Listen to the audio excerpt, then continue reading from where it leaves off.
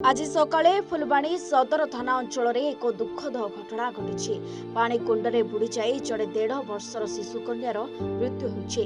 सूचना अनुसार सदर थाना अंतर्गत हाथीगबा ग्रामर गोवर्धन कहर 1.5 वर्षर झील प्रज्ञाप्रिया निज भाई सह घर अगणारे खेलुला।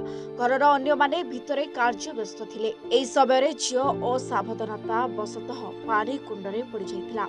अनेक समय धरी झील को न देखिबारु घर लोके खोजाखोजी करथिले।